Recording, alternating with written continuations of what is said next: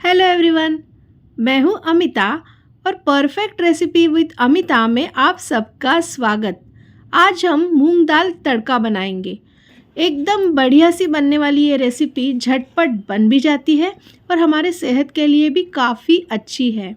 जिन्हें अरहर दाल यानी तुअर की दाल से परहेज़ है, तुअर दाल खाने से बहुत लोगों को एसिडिटी की परेशानी होती है, उन लोगों के लिए तो ये रेसिपी एकदम परफेक्ट है। ये घर पर बनने वाली एकदम सिंपल सी और आसान रेसिपी है जो मैं आपके साथ आज शेयर करूँगी। इसे बनाने के लिए मैंने यहाँ पे ली है ये 1 कप मूंग की दाल। हम सभी जानते हैं कि मूंग की दाल हमारे सेहत के लिए कितनी अच्छी है, इसलिए हो सके जितना ज़्यादा हमें मूंग की दाल का इस्तेमाल हमारे खाने में ज़रूर करना चाहिए। अब इस दाल को मैं 2 से 3 पानी से बहुत अच्छे से वॉश कर लेती हूँ और फिर हम आगे की प्रोसेस करेंगे। ये देखिए, इस दाल को मैंने अब धो लिया है और अब हमें इसे पका लेना है। इसे पकाने के लिए मैं अब इसमें पानी मिलाऊंगी। हमने 1 कप दाल ली है तो 3 कप पानी मैं इसमें डाल दूंगी। अगर आप एकदम सॉफ्ट दाल पसंद करते हैं तो आप 3 के बजाय 4 कप भी पानी इसमें डाल सकते हैं। अब इसे पकाने के लिए मैं इसे गैस पर रख देती हूँ। ये दाल मैं ऐसे ही गैस पर पकाने वाली हूँ, मैं प्रेशर कुकर में इसे कुक नहीं करूँ। इस दाल को मैं गैस के ऊपर रख कर खुले बर्तन में ही पकाऊंगी। इस तरह से पकी हुई दाल हमारे सेहत के लिए काफ़ी फ़ायदेमंद होती है। अब मैं इसमें डाल रही हूँ ये थोड़ा सा हींग। हींग के बाद हम इसमें हल्दी भी डालेंगे। ये थोड़ी सी हल्दी भी मैं इसमें डाल रही हूँ। हींग और हल्दी इस तरह से पकते हुए डालने से दाल का स्वाद और भी अच्छा आता है, इसलिए आप भी इसे ज़रूर से डालें। इसे उबाल आने तक हम गैस की फ्लेम को रखेंगे हाई फ्लेम पे हमें इसे थोड़ी देर तक उबाल लेना है। और जैसे ही उबाल आ जाएगा हमें इसे पूरी तरह से एक बार मिक्स कर लेना है ताकि ये दाल नीचे तले में चिपके ना। एक बार इसे उबाल आने के बाद हमें इस तरह से चलाते रहने की बिल्कुल भी ज़रूरत नहीं है।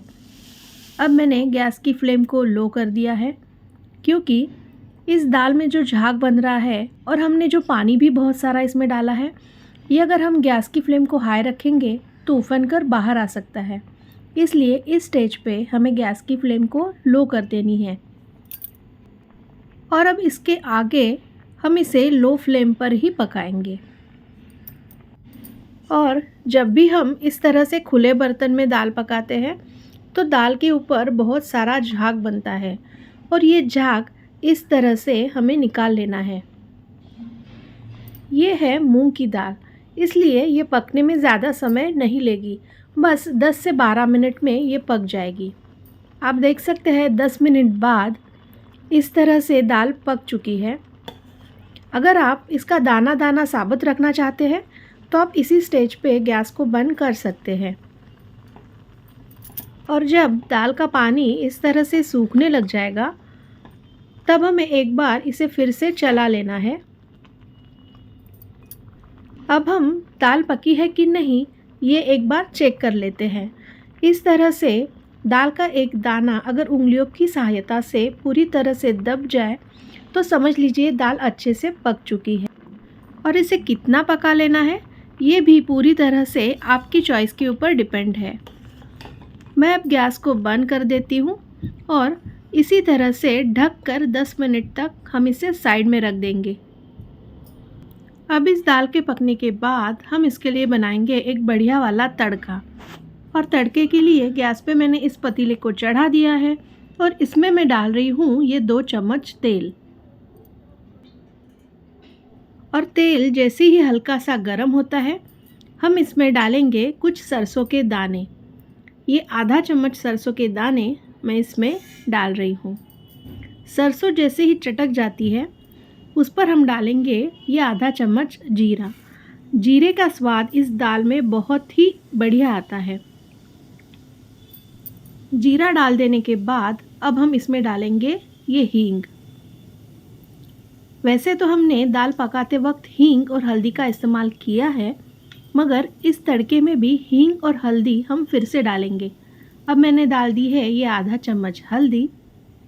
अब हम डालेंगे कुछ कड़ी पत्ते। कड़ी पत्तों को हम इस तरह से तोड़ कर डालेंगे, इससे इसका स्वाद और भी निखर कर आ जाएगा। इन कड़ी पत्तों को हम हल्का सा तड़के में ही फ्राई होने देते हैं। फिर इसके बाद हम इसमें डालेंगे ये अदरक, लहसुन और हरी मिर्च का पेस्ट। ये एकदम महीन पेस्ट नहीं है, मैंने इसे दरदरा सा कूट लिया है। दरदरा कूटने से इस दाल का स्वाद और भी अच्छा आता है। मैंने इसे बनाने के लिए 7 से 8 लहसुन की कलियाँ, 1 इंच अदरक का टुकड़ा और 2 हरी मिर्चें इस्तेमाल की है। अब हमें इस पिसे हुए अदरक, लहसुन और मिर्ची को इस तड़के में थोड़ा सा हल्का सा भून लेना है ताकि लहसुन का कच्चा स्वाद निकल जाए। ये तड़का ही तो इस दाल की जान है। दाल में जो सारा स्वाद आने वाला है वो इसी तड़के की वजह से आने वाला है। अदरक, लहसुन और मिर्ची को हल्का सा भून लेने के बाद मैं इसमें ये उबली हुई दाल मिला रही हूँ। सारी पकी हुई दाल मैं इसमें मिला रही हूँ। वैसे तो आप दाल के ऊपर भी तड़का डाल सकते हैं, लेकिन इस तरह तड़के में दाल डालने से इसका स्वाद ज़्यादा अच्छा आता है। अब हम इस तड़के को और दाल को अच्छे से एक बार मिक्स कर लेंगे और इसे मिक्स करने के बाद हमें मिलाना है इसमें पानी। अब जिस बर्तन में मैंने दाल को पकाया था उसी बर्तन में मैंने पानी डाल दिया है और वही पानी मैं इस दाल में डाल रही हूँ। पानी आप अपने हिसाब से कम या ज़्यादा डाल सकते हैं। आप अगर इसे रोटी के साथ खाना पसंद करेंगे तो आप थोड़ी सी गाढ़ी दाल बनाइए, और अगर आप चावल के साथ खा रहे हैं तो आप पानी ज़्यादा डाल दीजिए। अब मैं इसमें मिला रही हूँ स्वादानुसार नमक, और ये है हरा धनिया। कोई भी इंडियन डिश हरे धनिए के बगैर अधूरी है, इसलिए मैंने बहुत सारा हरा धनिया इसमें डाल दिया है। हमने जो नमक और हरा धनिया इसमें मिलाया है, एक बार इसे अच्छे से मिक्स कर लेंगे।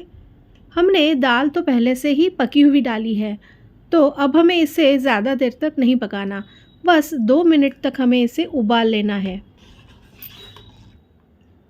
और इस दाल की कंसिस्टेंसी आप अपने हिसाब से सेट कर सकते हैं।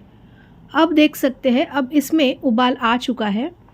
जैसे ही दाल उबलने लगती है ये नीचे तले में बैठ जाती है, इसलिए इसे चलाते रहें ताकि ये तले में चिपक कर जल न जाए। बस 2 मिनट उबलने के बाद ये दाल खाने के लिए एकदम रेडी है। तो है ना ये सिंपल और बढ़िया रेसिपी। घर में बच्चों से लेकर बुज़ुर्गों तक सबके लिए फ़ायदेमंद और सेहत से भरपूर ये मूंग दाल तड़के की रेसिपी आपको कैसी लगी, ये मुझे कमेंट करके ज़रूर बताइए। हम फिर मिलेंगे ऐसी ही एक परफेक्ट रेसिपी के साथ। तब तक आप अपना और अपनों का ख्याल रखिए, अच्छा अच्छा खाना बनाते रहिए, खाते रहिए और खिलाते रहिए।